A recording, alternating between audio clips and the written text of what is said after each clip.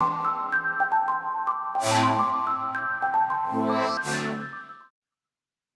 hello everyone. Happy Friday, and thank you for joining me tonight. My name is Sahira AnaisA Al Fenice, and this is my show, A Little Hint of Magic, airing every first and third Fridays of the month on the Magical Witchy World channel. Please tune in. So, tonight, our topic is how do you sigil? We'll discuss what is a sigil, what are the benefits of creating sigils, and how do we make a sigil? So we're going to be putting our creativity to use today. We do on every show, but this is where we put our arts and crafts together. I'll try to answer every relevant question at the end if there's enough time, but I also invite everyone to DM me any topic requests, questions, or any info you want to share on IG. You can reach me at A Little Hint of Magic. Remember, magic with a CK at the end, okay? So let's get to it. What is a sigil? So a sigil is a symbol with a mystical or a magical meaning. It's a symbol you create with the intention of changing your reality to reflect your will. All sigils are programmed for a specific purpose, right? So this is where intention comes in. So you may want to attract a lover. You may want to provide yourself protection or someone else even. Although sometimes, I kind of, guard against doing magic for others without letting them know about it, or at least finding out if they're okay with it. But, if it's a child or someone that you love and you just want to provide them protection, why not, right? You can also use sigils to secure your boundaries, bring financial prosperity, for shadow work, and the list goes on. Really, there are endless possibilities. So let's get down to what the term sigil really means, where it comes from, right? So it comes from the Latin word sigillum, which means seal. So, it's funny because, there are a lot of English words that are derived from sigil or sigillium, like signature, sign, and signal. In the past, a sigil signified a type of graphic signature representing the true name of an angel, a daemon, or spirit, even. It was believed that when a magical practitioner knows the entity's true name, they have control over that being. Today, sigils are used in a personal way to symbolize and manifest our desires by way of creating and charging a custom symbol. Intention setting is super imperative. We begin the sigil crafting process by creating a sentence or phrase that best states what we want to achieve. We engineer the statement to form a symbol that is read by our subconscious mind. The use of images and symbolism allows us to bypass our conscious mind, tapping into something deeper and more intuitive. Sigil magic is based on the belief that we are co-creators in our reality. So it's really empowering. Think about it that way. As a matter of fact, we're empowered to exact the changes we desire in accordance with our highest good. So think about it. You're putting your intentions, you're putting your desires, your wants, your wishes, your life and your future in your hands, and empowering yourself with not only the knowledge, but the system to possibly manifest your intention. So, what are the benefits of creating sigils? Think of sigils as small seeds implanted into your unconscious mind. What gives sigils their power is the energy and intention we put behind them. This is what feeds those seeds of intention to grow into manifestations. Some of the benefits we may experience from sigil crafting are feeling empowered. We already talked about that. By recognizing that you're the co-creator of your life story, not just a passive participant. It's not about, oh, this happened to me. Oh, my life sucks. Oh, my life, I don't know why these things happen to me. You are now, the creator of your destiny. With this sigil and all the sigil workings that you do, you can kind of take back that control and empower yourself with it so you can go and achieve the things you want in your life. You also become responsible for your life choices and actions. So again, this goes back to, what I told you before. It's about that empowering, taking that control back knowing that you're the captain of your ship, for example, right? So feeling responsibility of your life choices and actions means that you can change them. You can direct the change that you want. You also feel more connected with life and the divine. We become aware of the interconnected nature of reality. So with sigil crafting, right, and our magics, we see that there are things in this world and happenings in this world that kind of occur, inspired with our intention and our magical works, right? So we work with nature, we work with deity, we work with our spiritual court, for example, to achieve these manifestations and these intentions. You also get to express your creativity. This is what I was talking about, guys, arts and craft time, okay? This is where you get to be really creative in your sigil crafting. You become more decisive and intentional, and you become more motivated, obviously, because you know that you're basically, the captain of your ship, and you're leading your life in the direction you want. So you become more motivated to action. So how do we make the sigil? This is the fun part, right? So there are two stages in sigil making. There's a construction part where the sigil is physically drawn and created, and then the charging part where the sigil is transmuted into more than just a drawing by being given energy, or what we call by being charged. So before we start this process of sigil making, check your motivations for creating. Do you really need to create a sigil? Ask yourself that. Are you creating a sigil just to cut corners? So in other words, are you, being lazy?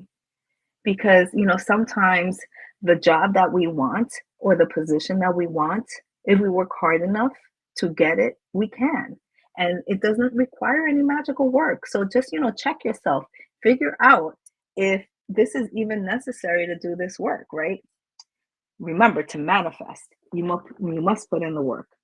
It's that simple. There's nothing else to it. Sigils will create inner changes, but you need to be responsible for making outer changes first. This is kind of going back to the point I just mentioned. If you lack objectivity to determine your course of action, simply divine. Consult your cards, use a pendulum, perform charm casting or bone casting, even throw runes, right? You can even simply ask, and the feeling you experience may really be your answer. Sometimes it's just as simple as saying, do I really need to do this? And if just something tells you, nah, I'd rather go watch a TV show. I'd rather go eat dinner. I'd rather go outside and take a walk, whatever it is.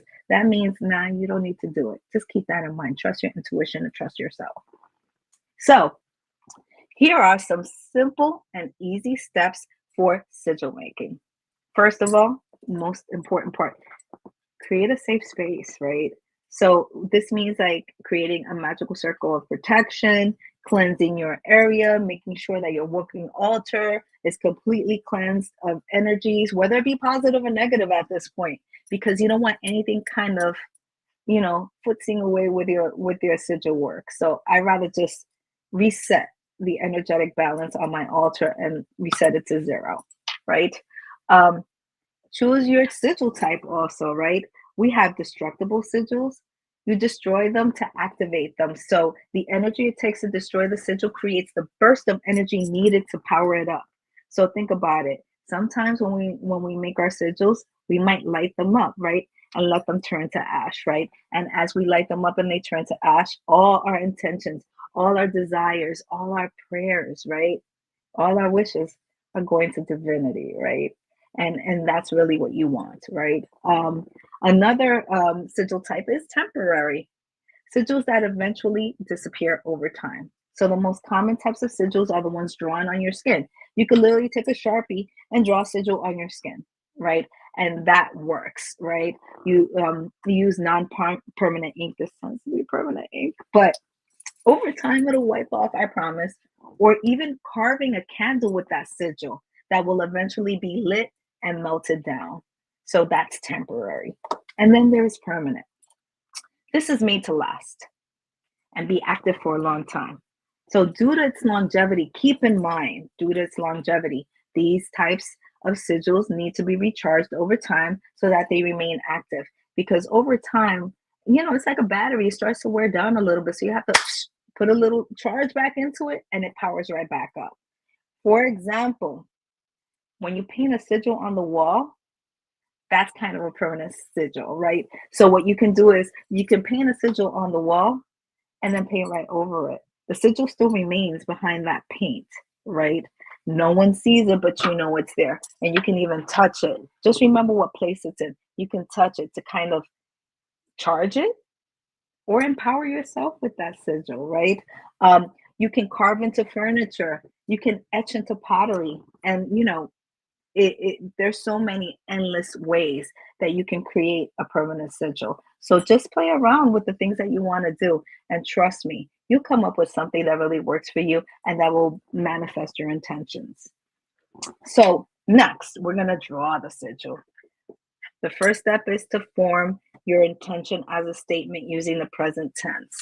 So it's instead of saying, I will be, or this is what I want to happen, say, I am, I have. I am working at a job that fulfills me. I am well. I am here. I am present. I am lucky. I would love to say I'm a millionaire. Sometimes, my creative mind gets ahead of me, right? Because who doesn't want to be a millionaire and never work for anyone but themselves, right? Next, please focus on only one intention so that you can be laser focused and have a better chance of succeeding. So a lot of times, we have a lot of things that we want. I want this, I want that, I want to be a millionaire, I want to have a great job, I want to have a great business, I want to have love in my life, blah, blah, blah, all that stuff. Y'all prioritize one intention per sigil, right? Do the work, be focused about it, put all your energies into that one intention. Once you're happy with your intention statement, write it on a piece of paper, right? And then you delete all the vowels and repeated letters in your statement. And I'm going to show you an example right after I talk you through the steps. Next, you start rejiggering your leftover letters one at a time, creating an abstract symbol. Let your subconscious guide you, right? So you don't have to be an artist. You don't have to be, a dope artist or super creative or, a graffiti artist or whatever to create a sigil. Sometimes it's simply just closing your eyes and seeing how those letters come together and form, and then just drawing that out. Sometimes you just play around with the letters on paper and it just kind of materializes for you. You're like, oh, wow, this is what I want. This is right. And then next step, you charge your sigil, right?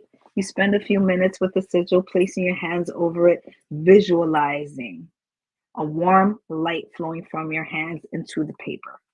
You can also charge a sigil by dancing, chanting, or clapping. Choose the best method that fits for you with the type of sigil you're creating. So, for example, if this is supposed to be a joy-inducing sigil or something positive like for prosperity, right, instead of banishing, then, dancing, right, singing, joyfully singing, chanting, that works for you, right? If it's something that's more on the banishing side, child, I would scream that thing out. Scream bloody murder on that sigil. All that energy, that that catharsis that's happening when you're screaming that out. All that energy is just gonna flow into that sigil and power it up, right? Then, second to last, you forget and let go. You don't dwell on it. You don't obsess over it. You don't attach to the sigil. Let the universe take over and do its thing. Trust in the universe because it's got your back. Trust me. The more you think about it, the more you're involving your conscious mind. And what happens when you involve your conscious mind? You unravel your magics. So just forget it. Trust that you're living in the intention that's happening, right? So trust that it's happening. Trust that it is, you are in that moment as opposed to wishing that you were having a different moment, right? Because that'll help you. Then close your ritual space and continue your daily life. Now, one thing that I want to tell you guys about, opening circles, magical circles, and, opening up your ritual space. A lot of times, we do the work and then we just walk away and go, okay, I'm done, and we forget. Y'all, please, please don't forget to close your circles. Don't forget to farewell your spirits, deity, the elementals, anyone that you've called on to protect you in your magical circle. And most important, thank them. Thank them for being present. Thank them for the protection they provided. And thank them for manifesting your intention. Thank them. Do not forget. Always be gracious, right? So, some suggestions for sigil making and this work. Be realistic and use common sense.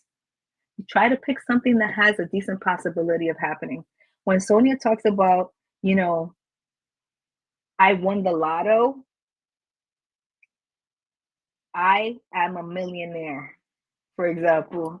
My bank account doesn't show that. And although,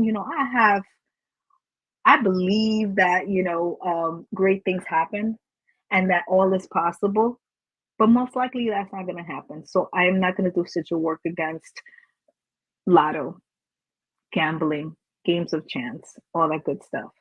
I will do sigil work for things that are important, like my career, for example, the health of myself or my family members or those that I love, all that good stuff. That's real and that's actually actionable. All that stuff with lotto and all that stuff and becoming a millionaire. And hey, you got to be in it to win it, but sometimes it's not realistic.